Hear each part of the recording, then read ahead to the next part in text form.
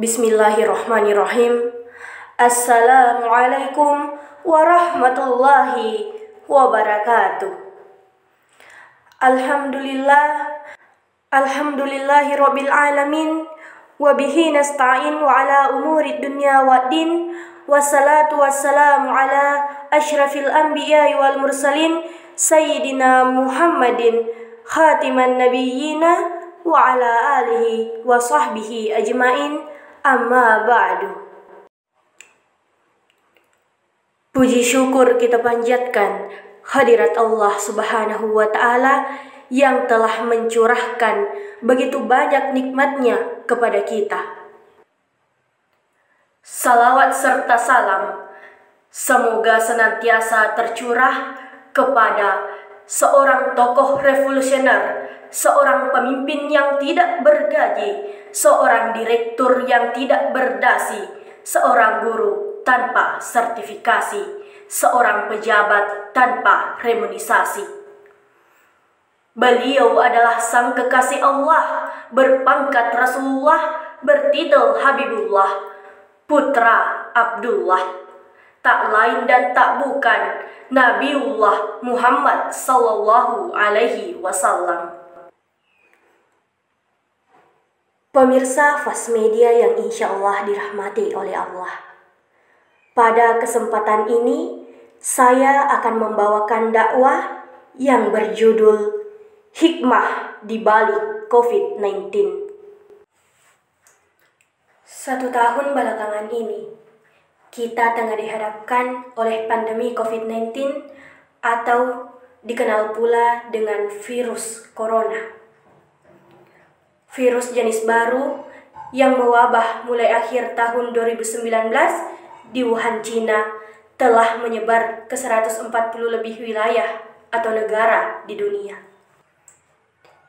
Di seluruh dunia, terdata puluhan juta kasus terkonfirmasi dan menyebabkan puluhan juta orang meninggal dunia.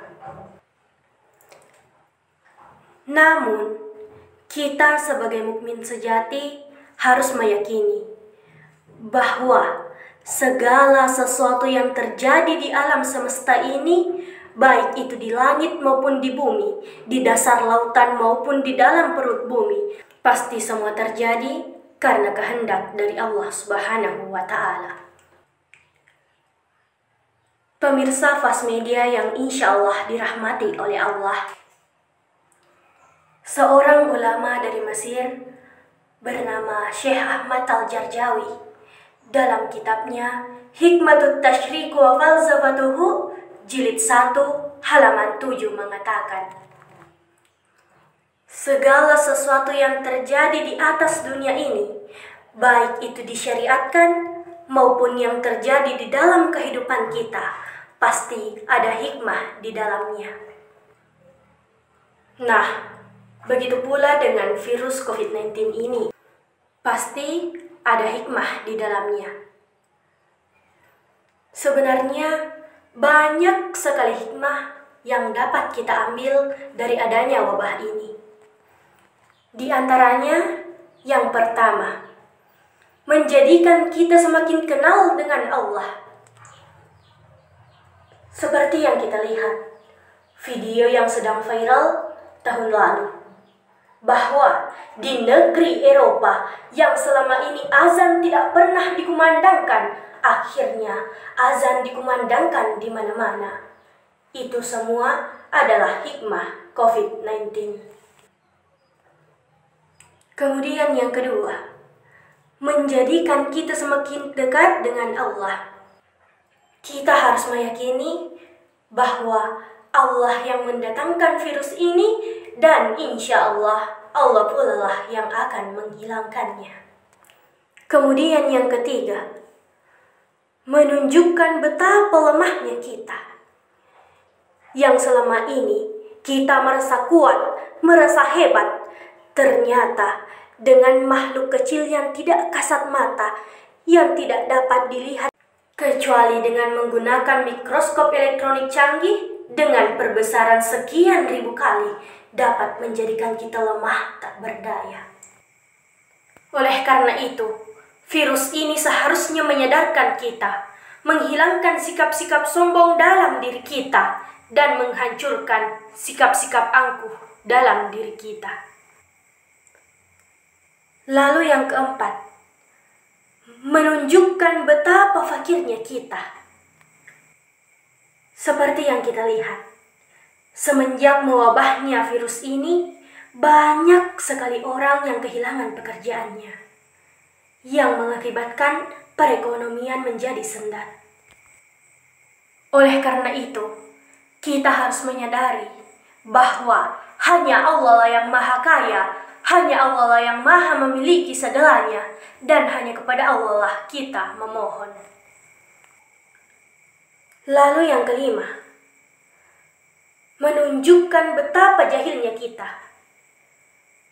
Allah Subhanahu wa Ta'ala berfirman dalam Quran surah Al-Isra ayat 85. Wa ma utitum minal ilmi illa qalila.